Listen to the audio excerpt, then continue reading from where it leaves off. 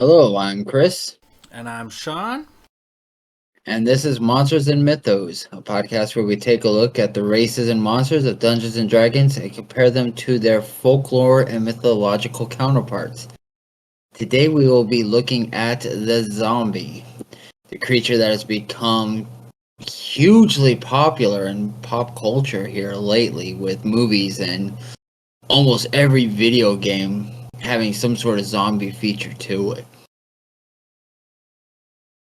Yeah, I mean, from the shambling lump of gore to the power hungry, ever thirsting for knowledge undead masterminds.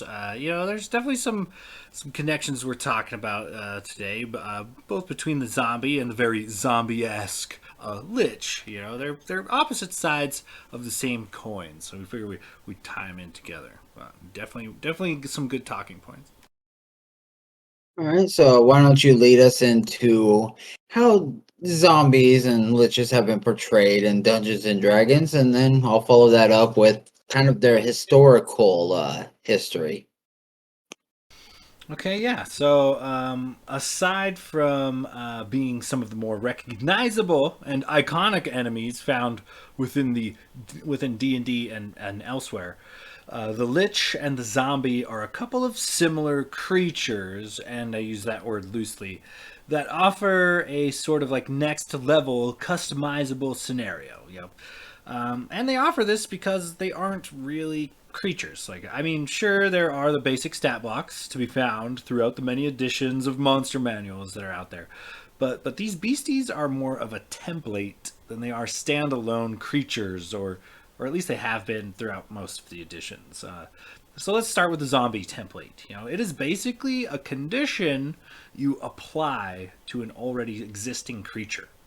Typically, these shambling mounds of flesh are created by some sort of dark magics finding their way into a dead body in varying states of decomposition, bringing back to life the corpses of the fallen in a most unnatural way.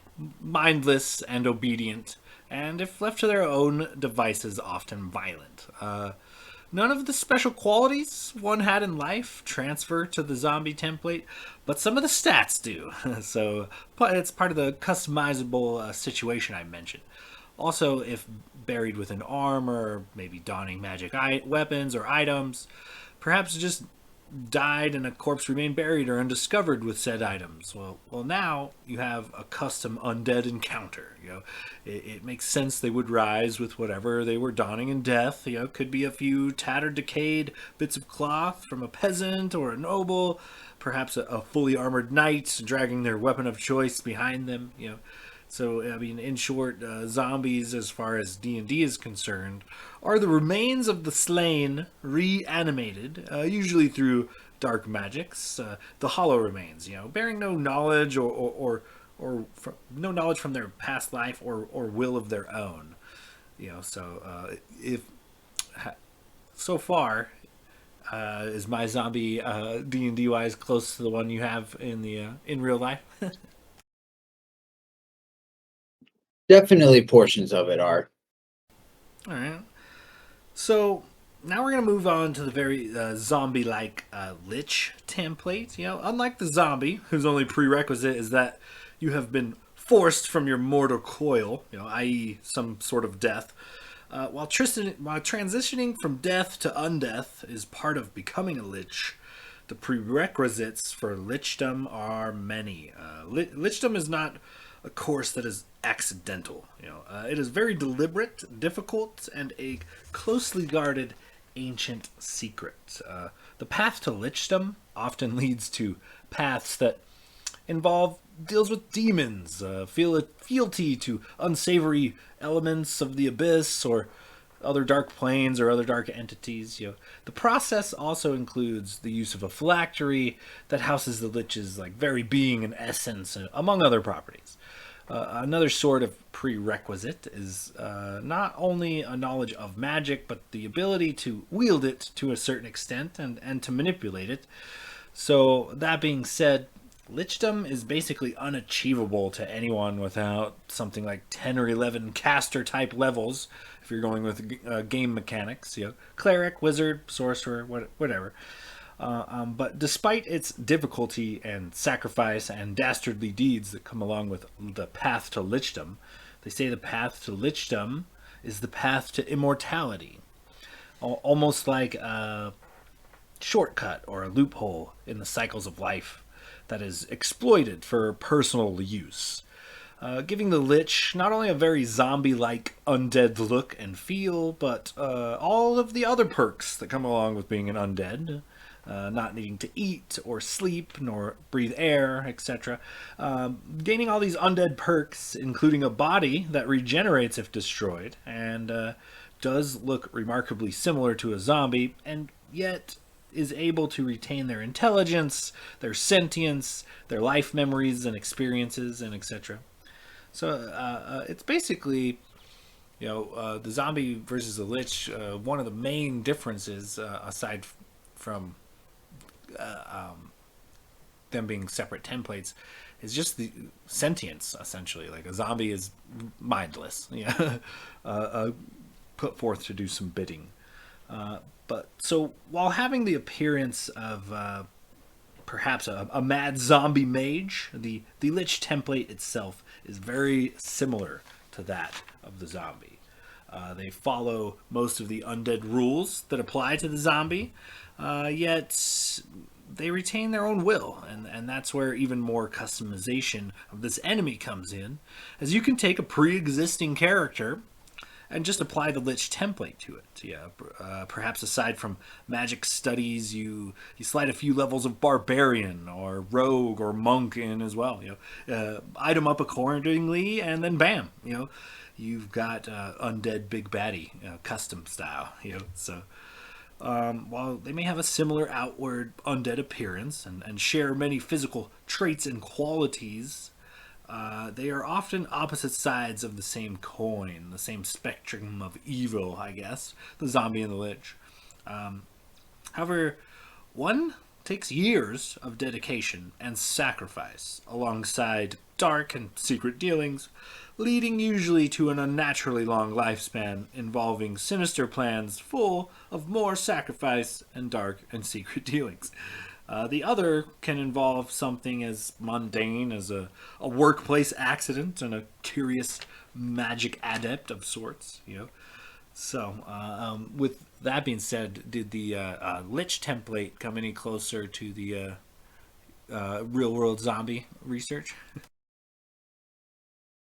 Well, the thing with the Lich that I'm going to address is that it's definitely more of a fantasy and literature construct than having actually any folklore element. So it can definitely work just because, well, I mean, you can make it up however you want in the first place. Yeah, makes sense. So, from a DM perspective, I enjoy templates in general. When you can get them to work narratively, it's usually a great payoff. Being able to reanimate former allies and then pit them against the party or resurrect maybe a previously defeated nemesis, and all their problems and motivations, kind of come with it. But now as a lich, it's all too great. Tons and tons of ways to run with these narratively. And that being said, I think these two encounters are super fun from fun to DM, but for like newer or less experienced players in particular. I like it when the Hollywood has influenced a player to where when they get attacked by a zombie or bitten or something, they're worried about an infection, even though that's not that's not really the way D&D works. But at least not with the zombie template. But it's kind of fun to entertain the outside sources of horror that kind of add to the immersion type of elements. And as far as the lich, when it's usually the first, like a lich or a necromancer kind of tend to have the same situation, but it's usually the first real time use of dark offensive spells, power word kill, for example. that is when you, as a DM, get to have a lot of fun, and veteran players will typically navigate more carefully around what they suspect to be a lich. But you really get to swing the hammer hard at the noobs the first time around. So that's definitely one of my more favorite type of encounters to run, at least for newbies. So in closing, I'd like to say both the Lich and the Zombie templates are great for customization of campaigns and one-shots alike. The different races and classes that, you know, the different races and classes available that may be then applied to these templates leaves almost limitless possibilities. Varying in the difficulty of encounters from easy and maybe mundane to extremely dangerous and a perilous situation, all kind of based on the who or the what you decide to add these templates to. So also, the descriptors are fun. Being gross in descriptions to immerse or maybe elicit a reaction from players. Talking about guts and gore and broken limbs and the tearing of sinew or breaking of bone. It's fun to get over the top, kind of gory sometimes. But with that, that's all I've got on the zombie and zombie like lich templates. What did you dig up? All right. Well, to start, excellent job as usual. And yeah, I can agree with the descriptors. I mean, you want to draw a world that everybody feels a part of. And, sometimes there's nothing like fear to just really make an enemy seem that much worse. uh, so while looking this up, I did have to break down what I was looking for because there is a wide variety of undead creatures. You have vampire types, you have ghouls, you have revenants, you have skeletons. So, what is the difference? What is going to be the common factor? And so for that, I got rid of skeletons. To me, they are naked zombies, basically. There's no muscle to help pull the joints. It's just completely magical. Got rid of vampires because, well, they have an entire folklore dedicated to them, and we will be discussing that in an upcoming episode. Ghouls and revenants don't really have their own. They just touch a little bit, so they're similar, but not enough to really go off of. And so I tried to narrow it down to kind of what we think as a zombie, as well as what has historically been called a zombie. To start with, let's discuss liches. As I said earlier, they are essentially an entire literary construct. Back in the days when funeral processions would enter a cemetery, they would come through what was called the Lich Gate, as Lich meant corpse. And so that is where the name came from. Eventually, in writing, authors would just use the word lich for a corpse. And then when you got to about the early 1900s, authors such as Robert E. Howard, who wrote the Conan the Barbarian series, they started creating powerful wizards whose magic just allowed them to come back from the dead. And they would call them liches. They were neither good nor evil. There are some stories where liches were actually quest givers. Hey, go find this magical item, do this for me, and I'll reward you for it. But they also became a very convenient enemy. As you said, they retain their intelligence, wisdom, and charisma from life. So they're not brainless walking around. They are all mentally there, still powerful, only now you can't kill them.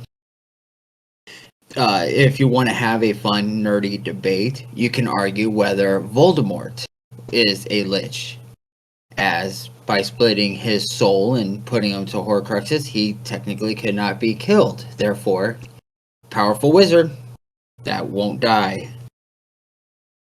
So, have fun with that topic. Yeah, I mean the Horcrux from the Harry Potter universe is has some remarkable similarities to the phylactery that the Lich has in Dungeons and Dragons. So very good comparison there. And it just shows, the same concept. And when you allow yourself to open up to some of these other ideas, hey, somebody who never thought of a Voldemort type character now has a BBEG for their story that they can use to beef up an encounter that they were having maybe a hard time really getting a good story around.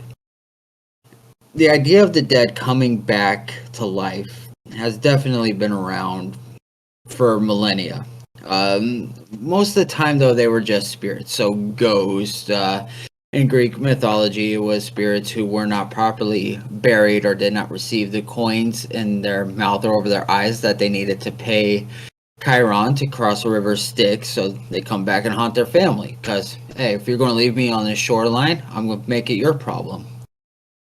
You go into the Bible, there's talks of the dead coming up, such as in Ezekiel 37:7 through 10.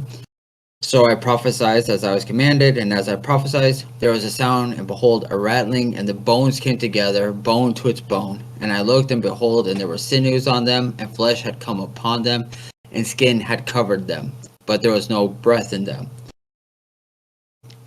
So you see, even in the Bible, a passage of the dead coming back and being made whole again to serve as basically an undead army.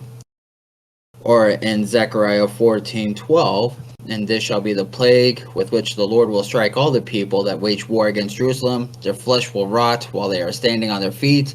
Their eyes will rot in their sockets, and their tongues will rot in their mouths. Or Isaiah 26, your dead shall live, their bodies shall rise. So, I mean, this just helps to demonstrate that the idea of a living corpse definitely did not start. However, the term zombie really came into popular usage about the 18th, 19th centuries in Haiti. The word zombie is believed to have come from Central Africa, primarily the Congo region, either as a derivative of the word Nzambi, which means God, or Zumbi or Nzumbi, which means fetish. And what it pertained to was a body that was brought back to life by a witch doctor, also known as a Bokor, but it was not brought back with a will of its own. It could only do the function as it was directed. And this was definitely scary to the Haitians at the time, as they were slaves.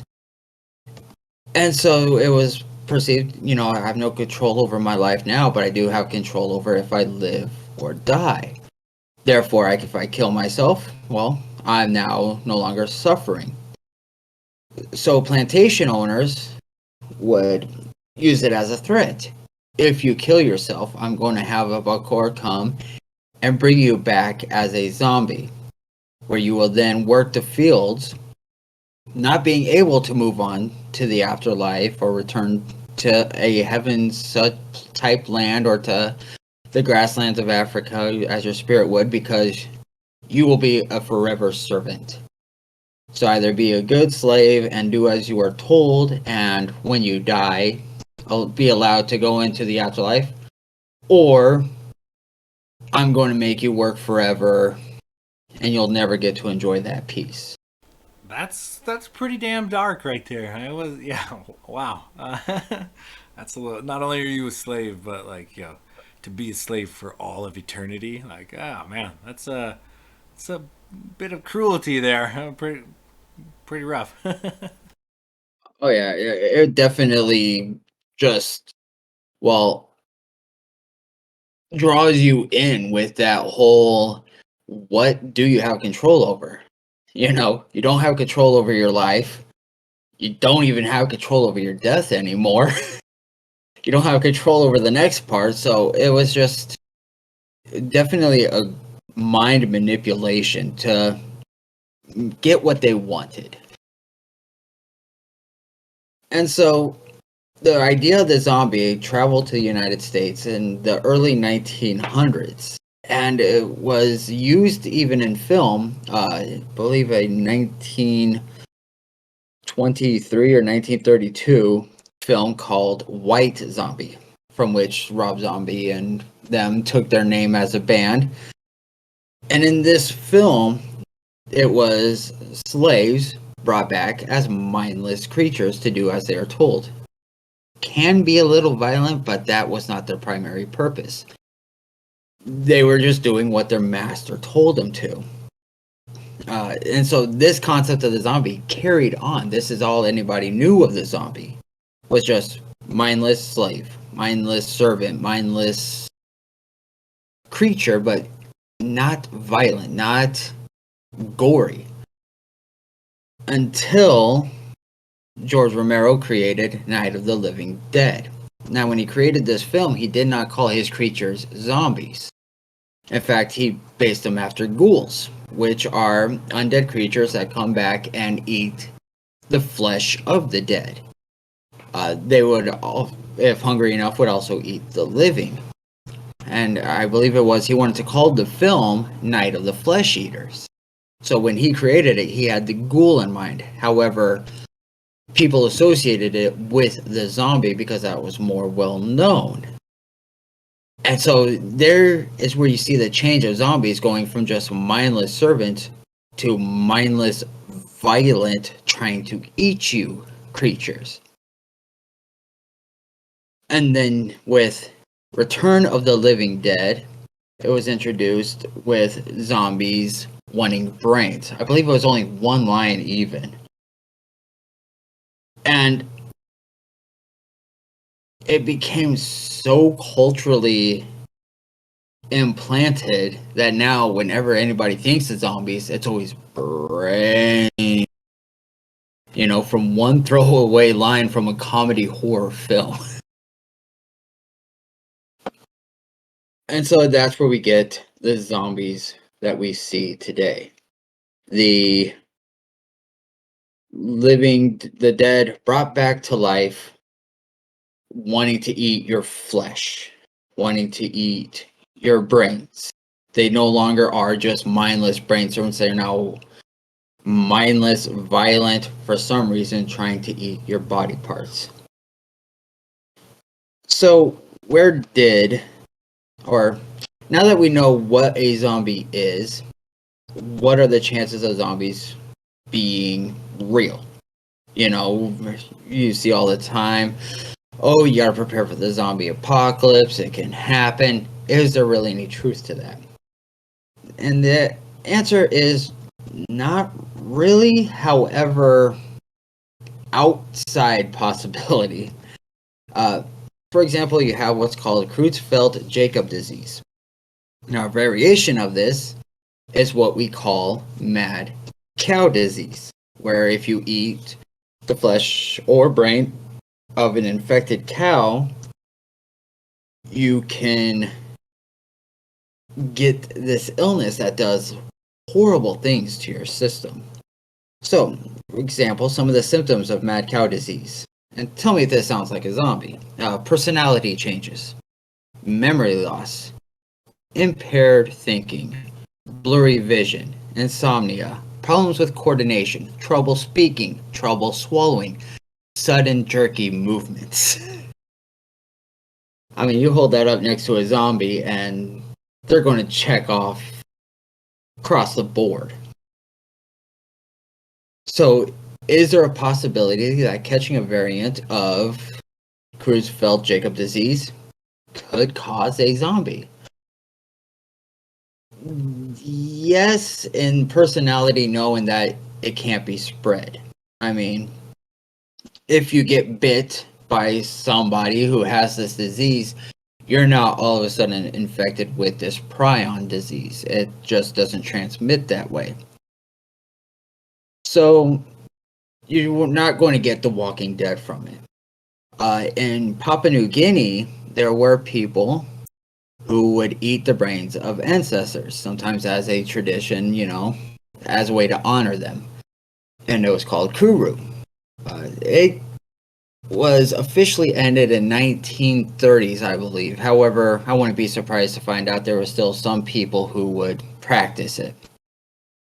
Because that's what people do, you know, we have a tradition. It can be very hard to get everybody to stop it, even if it's for a good reason. Like not eating people's brains and catching a prion disease as a result. You then do have real life examples of zombies, just not in humans. For example, you have toxoplasmosis, which is where a worm gets inside of a rat and messes with its brain. And what it does is it changes the rat brain from being afraid of cats to possibly being turned on by cats. So the reason the rat is no longer afraid of cats and will run out in front of them is because they're trying to get lucky. And then the cat eats the rat, and you know, it then has a worm inside of it. It reproduces. The cat poops, and then a rat comes and eats the poop and redigests the worm, and that's how it continues to spread. It's also the reason pregnant women are not supposed to clean litter boxes while pregnant, because even though there's a very small chance of contracting it, one of the side effects of toxoplasmosis in a human body is that it can cause miscarriage or a stillbirth or birth defects of the fetus. And even though the chances are small, it's not zero. Well, first of all, that's terrifying. That's some nightmare fuel right there. Also, I had no idea that rats eat cat poop. That's that's something new for me. You name it, rats eat it. There is no such thing as a no zone, which, you know, from what I've seen of some people's cooking, well, at least somebody will eat it. True. Oh, gross. Anyway. So you have a worm alternating the survival instinct of a creature in order to reproduce, basically turning it into a zombie. The rat no longer has a will of its own to not die. You know, it gets infected, and now all of a sudden, hey, you know, I know pussy is for cat, but it has other meanings as well. You then have a fungus for ants, and it is called, and I'm going to butcher this because, I mean, you really can't avoid it, Cordyceps fungus, otherwise known as Ophiocordyceps unilateralis. And what this fungus does is it gets inside of an ant and converts it from being a social creature into a solitary creature, has it leave the nest to find a leaf, climbs up, and sink the mandibles into the bottom side of a leaf. So if you've ever pulled back a leaf and you've seen an ant just hanging there, chances are it's infected with this fungus. And then the fungus feeds on it, reproduces until it's able to spread. So it'll usually stay nearby an ant colony so that it can infect other ants. And so, again, you have an outside life form, not a bacteria or a virus, but a way for it to spread. And right now, there's no fungus, no worms that gets inside of a human and causes all this to happen, but it doesn't mean it's not possible. Just right now, very unlikely, but due to mutations, you can end up with something like that. So here we've seen the various zombie types. We watched how it went from just being a brainless servant and to becoming the flesh-eating horror that we now know it as. We've also seen how zombies, in quotes, can be created in the natural world.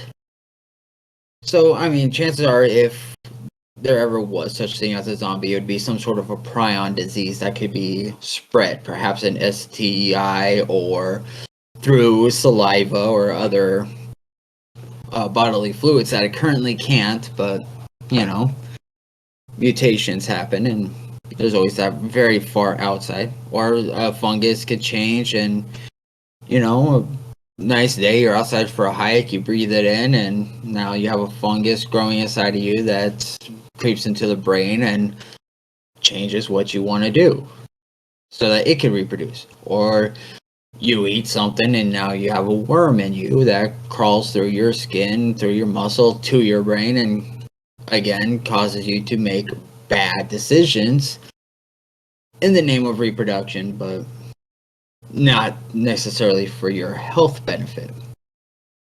So it came down to, how can you play these creatures?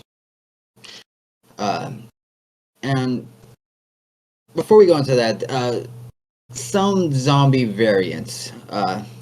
In Europe, you have, especially Scandinavia, you have the Revenant. A Revenant is a person that comes back from the dead. However, it's typically the result of a murder. So they come back to kill their murderer, and then they'll be gone forever. And you see that carry over to D&D with Revenants, which, you know, is now a playable race with some negotiating, where you have an objective, and once you complete that objective, your character ends. That's their whole story arc. You then have what's called the Nachseller, which is German, means afterwards devourer, and it can be associated with vampires. However, I do believe it goes more with ghouls in that it usually feeds on dead bodies, but it will feed on the life force of living things. It's that reason it gets associated with vampires. So it could kill a whole family by just draining their life force. Not necessarily their blood, although you could take it that way, but perhaps just an energy that people put off. Also, with Scandinavia, you have the famous Draugr. Definitely known to anybody who plays games like Skyrim. You know, they were Viking corpses that have come back to life. However, these are given usually more magical effects, such as being able to become twice their size or a lot stronger. And so to protect themselves from these creatures, it wasn't uncommon for there to be a wall in a house in the Scandinavian countries to where if somebody died, you carried them out feet first through this wall, so should they ever come back as a corpse, they would not know how to get inside your house. Because they wouldn't have seen where they went. You know, they'd walk to this wall and there's no door for them to come in. And another Scandinavian revenant you have is the Gengengar, which is an animated corpse that comes back from the dead to spread disease and attack the living. These ones are revenants as they are the result of suicides, but could also be murder victims or the murderers themselves. Now, let's discuss how you could play these various creatures based upon the folklore. So, if you want to go with the classic, traditional, proper, you can have a necromancer or a lich or even just a powerful mage who has servants that are the undead. They're zombies. But they don't necessarily have to be aggressive. They can be, and it definitely makes for more combat, but if you're just going with a horror theme, you know, your players are a guest in a house with these undead shambling about, doing the work of cleaning and everything else. It creates that uncomfortable atmosphere.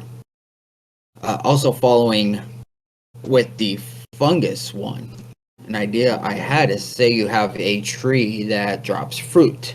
Somebody comes and eats that fruit and becomes infected. they have a desire to get back to that tree, and trying to stop them will cause them to turn violent. They will kill you if you stop them getting back to this tree. And once at the tree, they sit there and allow the vines from the tree to pierce their body and suck the nutrients from them, and they do so with a smile. This creates a wonderful gray area for your player characters, especially if they're trying to go with that good rating, because if you try and stop them, they fight back. Are you then within your right or responsibility to kill this character, knowing that they're only doing it because they are infected? Then, if you destroy the tree, do they revert back to normal? And if you kill them, now you have town people pissed at you because you could have destroyed the tree, but you killed somebody's dad. Or would the fungus have done so much damage that they dropped dead? So they were dead from the moment they felt the call of this tree. And nothing else would have stopped it. But your characters might not know until, the deed is done.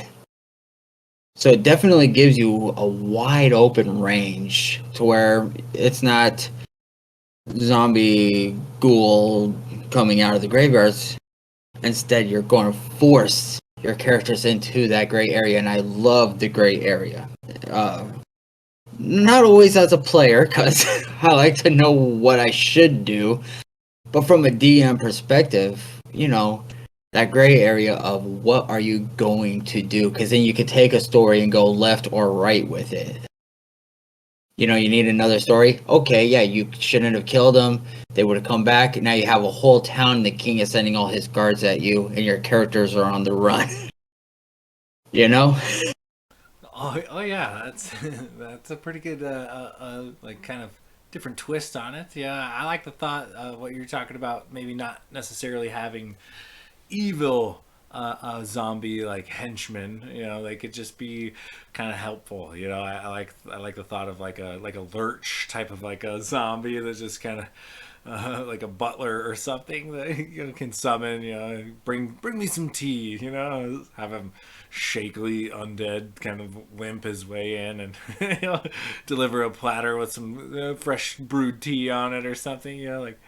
I think that'd be kind of fun. That could also lead to like a like a character arc where maybe that is your like redemption, that you just kind of try to prove to the fantasy realms that not all necromancers and undead are super evil beings, as you and your party zombies just kind of roam town to town, or your I don't know.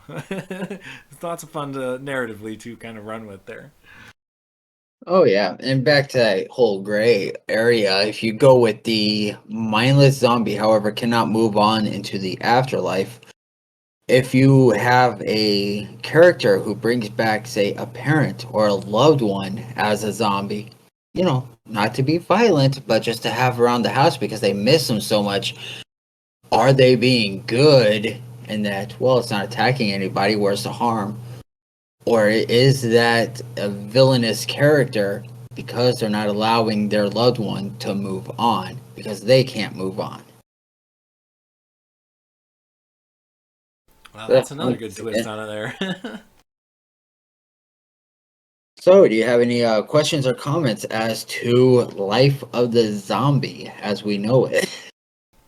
No, I think you went pretty in depth there. I definitely learned something. I didn't know rats would eat cat poop. That's new info for me. But also I think like the coolest part of all that jazz, at least to me, was the what you're talking about, how like the how cruel the masters would be like to their slaves. Like not only are they slaves, but you have to be an obedient slave, or you're a slave for all eternity. Like, man, that's just a bleak and like not very hopeful life to be turned into a zombie at worst case scenario. It is kind of technically, I mean, when you look at it, that's like a version of hell, I guess.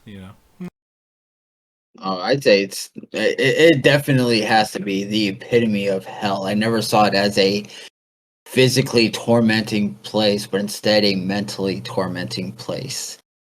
Because, having your skin peeled, yeah, that would hurt. But watching a loved one die every day. That would just do more to break you, I think. So in this sense, yeah, you're definitely seeing that and oh, my family member died, and I did forget to mention, just thought of it. There was a book called The Serpent and the Rainbow where somebody claimed to know the recipe that was used to create zombies. And one of the ingredients was the toxin found in pufferfish. Now, scientists have taken a look at it and did studies and determined that there's no real way that this would happen, but it was definitely one of the causes was a chemical mixture. And there's stories of people in Haiti and such who were supposed to be dead. However, families said, "Oh my God, it's you! You died 20 years ago. How are you still here?"